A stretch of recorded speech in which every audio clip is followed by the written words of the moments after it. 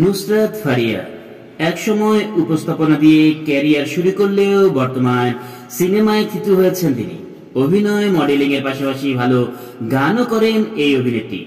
চলচ্চিত্র প্রযোজনা প্রতিষ্ঠান জালস মাল্টিমিডিয়ার হাত ধরে সিনেমায় অভিষেক ফারিয়ার। 2015 সালে বাংলাদেশ ভারত যৌথ প্রযোজনার আশিকি সিনেমা দিয়ে বড় পর্দায় পা রাখেন তিনি।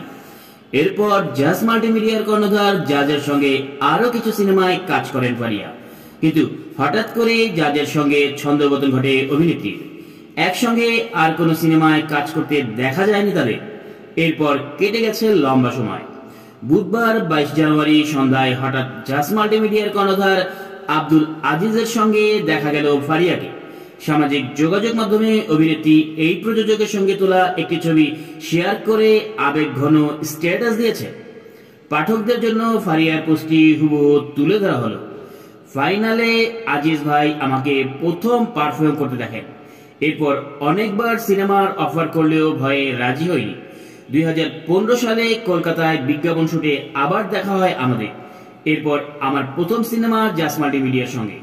2025 সালে আমার সিনেমার ক্যারিয়ারের 10 বছর হবে। এই লোকটাকে ছাড়া স্বপ্ন কোনোদিন পূরণ হতো না। অনেক কিছু বদলে গেছে আশেপাশে, কিন্তু ওনার ভালো কাজ করার আগুনটা কমেনি।